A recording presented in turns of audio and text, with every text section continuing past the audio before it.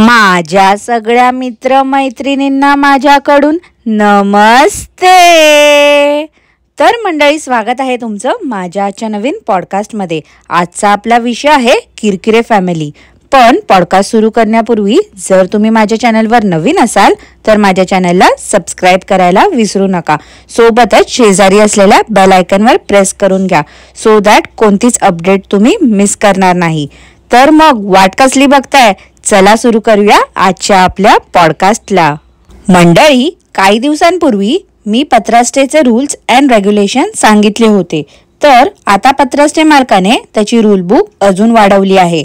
पत्रास्टेना एक स्टे कमी आहे आणि गुन्हेगार लोकांना जेलमध्ये कसं ठेवतात तशी जेल जास्त वाटते।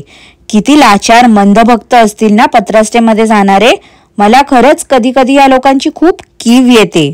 एकतर हे मंदभक्त तिकडे पैसे भरून राहायला जातात आणि जास्त लोक असतील तर चेंगराचेंगरीमध्येच ओट्या शेजारी बेड लावून झोपतात।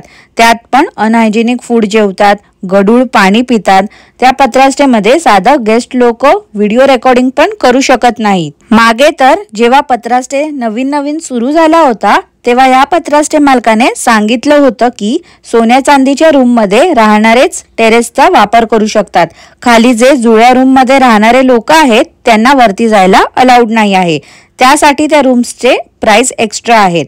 पण सध्या पत्रास्टे मालकाने आता एक नवीन रूल काढला आहे की आता पत्रास्टेमध्ये जे कोणी सोन्या चांदीच्या रूम मध्ये राहायला येणार आहेत त्यांना तो जेवण खालीच जिकडे ते लोक राहतात, म्हणजे जगप्रसिद्ध शेफीनबाई ज्या सोफ्यावरती हॉलमध्ये बसलेल्या असतात त्या सोफ्याला बाहेर काढून तिकडेच डायनिंग टेबल लावून जेवण सर्व करण्याचं ठरवलं आहे। आता याचं कारण म्हणजे पत्रास्टे मालकाच्या घरी ज्या हेल्पर्स आहेत ना त्यांनी पत्रास्टे मालकाची चांगली जिरवली आहे। एकाच दिवशी 2 हेल्परने दांडी मारली आहे। खरंच त्या हेल्पर्सने हे खूप चांगलं काम केलं आहे। एक दिवस ना त्यांनी ह्याच्या पत्रास्टेमध्ये काम करायला येणंच बंद करायला हवं, कारण ह्या फॅमिलीला हेल्प करण्यासारखी ही फॅमिली नाही आहे। खूप स्वार्थी वृत्तीचे हे लोक आहेत। ही किरकिरे फॅमिली फक्त स्वतःचा विचार करू शकतात, यांना दुसऱ्याची काळजी जराही नाही। लोकांनी फक्त ह्यांच्या सोयीने चालायचं। आता येणारे मंदभक्त पण किती मंद असतील, हे लोक त्यांना स्वतःच्या इशाऱ्यावरती नाचवतायत आणि ते लोक अंधभक्तांसारखे नाचतायत। अंधभक्तांनो, कधी रे तुमचे डोळे उघडणार आहेत? मंडळी, हा पत्रास्टेचा मालक तर मी कॅमेराचा अँगल एकदम मस्त ठेवतो, मीच हुशार आहे अशा बाता मारत असतो। ह्याच्या घरी येणाऱ्या सगळ्या हेल्पर्स मॅरिड आहेत। कदाचित त्यांचे घरचे पत्रास्टे मालकाचे व्हिडिओज बघत असतील, पण त्यांना हे नाही दिसत का हा पत्रास्टेचा मालक व्हिडिओ काढण्याच्या नादात नको ते गोष्टी कॅप्चर करत असतो। ह्या माणसाने आजपर्यंत स्वतःच्या बायकोला एक्सपोज केलंच आहे व्ह्यूज साठी, पण आता हेल्पर्स चालत असताना किंवा त्या खाली काही उचलायला वाकल्या असताना त्यांच्यावर हा कॅमेरा फिरवतो। हाच काय याचा अँगल? एवढी साधी अक्कल नाही याला की एक फिमेल पुढे चालते तर तिला पाठवून चुकीच्या जागेवर कॅमेरा मारू नये। एक त्याच्या घरी हेल्पर आहे टुनाली नावाची, ती तर याला जराही भाव देत नाही, पण हा याचे पांचट जोक ऐकून तिचे कान सतत किटवत असतो। मंडळी, त्या दिवशी तर हा बिंडोक पत्रास्टेचा मालक याच्या बायकोला किचन मधून बाहेर ओढत घेऊन आला, हे सांगून की ही दिवसभर काम करते। आता मी 2 बायका बोलवल्या आहेत, माझ्यासाठी नाही पत्रास्टेसाठी। काय रे पत्रास्टेच्या मालका, काय आपण काय बोलतोय, कोणाबद्दल बोलतोय, जरा तरी अक्कल आहे काय रे? की तुझी अक्कल गवत चरायला गेली आहे? माझ्यासाठी 2 बायका नाही बोलवलाय याचा काय अर्थ होतो? उद्या त्या हेल्पर्सच्या सासरच्या लोकांनी ऐकलं तर त्या बायकांचा संसार उद्ध्वस्त होईल। तुला काय रे? एक तर तुझ्या आईचं तर तू तुझ्या असल्या काळ्या कृत्य करून नाव खराब केलंच आहेस। चॅनलचे पण तू 12 वाजवलेस। बायकोला पण व्ह्यू साठी तू वेळोवेळी एक्सपोज केलं आहे। कधी तिच्या ब्लाउजची बटणं काढली आहेस तर कधी तिचं इनर दाखवून तू व्ह्यूज साठी तिला एक्सपोज केलं। आता काय तुला त्या हेल्पर्सच्या रेप्युटेशनला पण धक्का पोचवायचा आहे का? हीच तुझी इच्छा आहे का आता? एवढं साधं पण तुला समजत नाही का? त्या बायका नसतात कम्फर्टेबल कॅमेरा समोर, कशाला त्यांना आणतोस व्हिडिओ मध्ये? तुमच्यामुळे फुकट त्यांचं पण नाव खराब होतंय। लक्षात येतंय काय तुला? की डोक्यात कांदे बटाटे आणि नारळच भरले आहेत तुझ्या? मंदभक्तांनी अमेझॉनवरून चांदीची वाटी दिली आहे ना 94 रुपीजची, त्याच्यात आता रोज बदाम भिजत घाल आणि खात राहा, म्हणजे अक्कल येईल थोडी तरी. खरंच त्या हेल्पर्सचे घरचे कोण ऐकत असतील ना हा पॉडकास्ट, तर त्या पत्राष्टेमध्ये नका पाठवू त्यांना कामाला. हे लोक आपली माणसं असं गोड गोड बोलून आपल्या माणसांच्याच पाठीत खंजीर खुपसतात. मंडळी, रिसेंट व्लॉग मी या पत्राष्टे मालकाचा पाहिला होता. त्यात एक हेल्पर आजारी होती म्हणून 2-3 दिवस आली नव्हती. त्या काकूंकडे बघूनच समजत होतं की त्या जरा आजारीच आहेत, पण तरी त्या आल्या होत्या हेल्प करायला. हे दोघं नवरा बायको असं वागत होते जसं काय त्या हेल्पर्सला यांनी विकतच घेतलंय.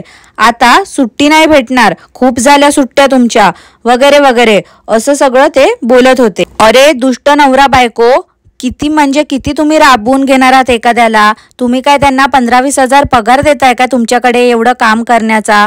दिवसाला कमीत कमी 200-300 देत असाल त्यांना. ह्या चिकट्याकडून तेवढं तरी सुटलं तरी मिळवलं. अपेक्षा ठेवणं पण पापच आहे. आणि जरी 10-15 मिनिट लेट झालं तरी हा चिकट्या हाफ डे लावत असेल आणि अर्धा पेमेंट देत असेल.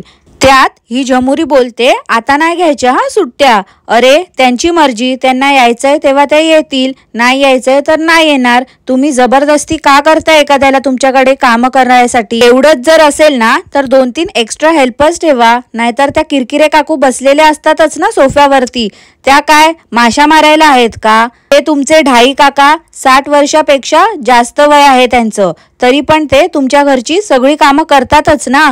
मग ह्या तर अभी तो मैं जवान हूँ आहेत, थोडंफार तरी मदत करूच शकतात ना त्या, की फक्त खा प्या आणि 11 वाजेपर्यंत लोळत पडा, एवढंच करायला आहेत का? मागे तर या जगप्रसिद्ध शेफीनबाई बोलत होत्या की मी आपल्या माणसांसाठी जेवण बनवणार, मी आपल्या माणसांसाठी रेसिपी बनवून दाखवणार. मग आता काय झालं?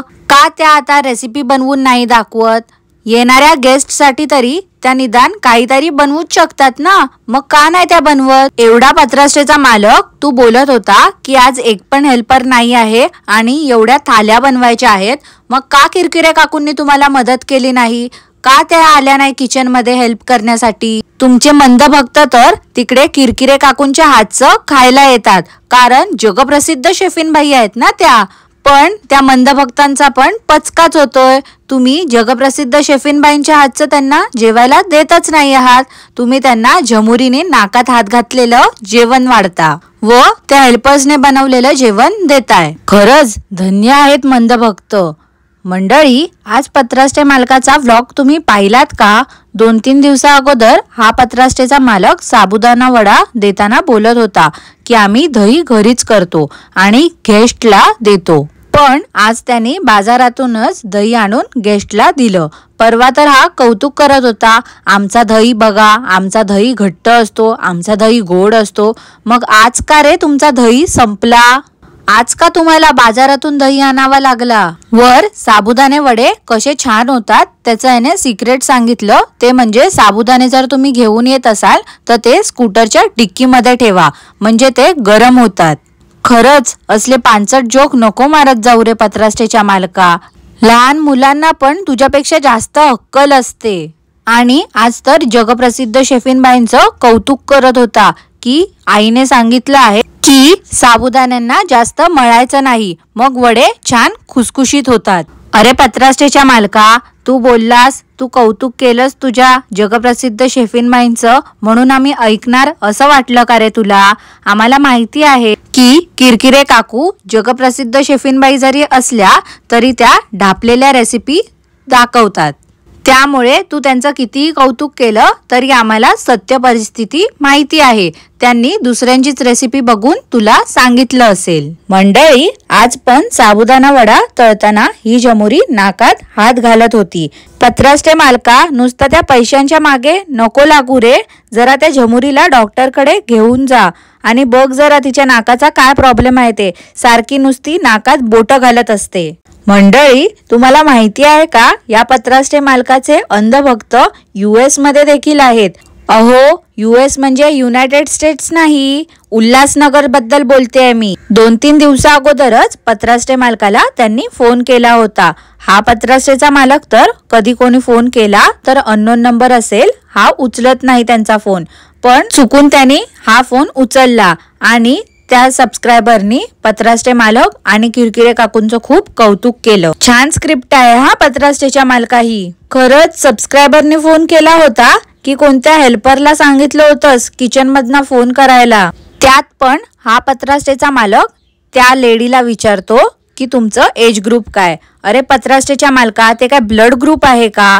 तुमचं वय किती आहे असं विचार ना. एज ग्रुप काय असतं? मंडळी, पत्रासटे मालकाचा अजून एक रूल आहे, तो म्हणजे मिनिमम 2 थाली जर सेम असतील तरच हा ऑर्डर स्वीकारणार, नाहीतर ती ऑर्डर स्वीकारली जाणार नाही. आता जेव्हा हे लोक बाहेर जेवायला जातात तेव्हा तर हा वेगवेगळे व्हेरायटी मध्ये ऑर्डर करत असतो जेवण. मग हे लोक ज्यांना आपली माणसं बोलतात त्या गेस्टला काय हे लोक देत नाही आहेत बनवून? मी तर आजपर्यंत असं कोणत्याच रेस्टॉरंट मध्ये पाहिलं नाही की आपण व्हेरायटी मध्ये फूड ऑर्डर करतोय आणि त्यांनी नकार दिला असावा. ह्या पत्रासटे मध्ये जो माणूस जातो त्याला मन मारूनच जगावं लागत असावं. आणि ती झमुरी तर नसलेल्या अकलेचे तारे तोडत होती. झमुरी हॉटेलला नावं ठेवत होती जसं काय एकदमच हेल्थ कॉन्शियस आहे ही. आता तिकडे पत्रासटे मध्ये आहे म्हणून एकदा मुंबईला ही आली ना की ते गुरांना कसं सोडतात तशी स्ट्रीट फूड आणि रेस्टॉरंट मध्ये चरायला जाईल. आणि मोठी हायजीनच्या गोष्टी करत होती ही झमुरी. अगं झमुरी, तुमच्या पत्रासट्यामध्ये किती हायजीन मेंटेन केली जाते ना ते माहिती आहे. एक तर तूच नाकात बोट घालून त्या गेस्टला जेवण देतेस, त्यामुळे ना झमुरी तू तर गप्पच बस हा. जे काम दिलंय ना तुला कॅमेरा समोर उभं राहून शेफीनबाईंची जागा चालवायचा ते काम गपचूप करत बस, समजली का? उगाच नसलेल्या अकलेचे तारे नको तोडूस. काय मंडळी, तुम्हाला काय वाटतंय मला नक्की कॉमेंट करून कळवा. आणि आजचा पॉडकास्ट मी इथेच थांबवते. उद्या भेटूया एका नवीन विषयासोबत. तोपर्यंत चॅनलवर नवीन असाल तर चॅनलला सबस्क्राईब करून घ्या.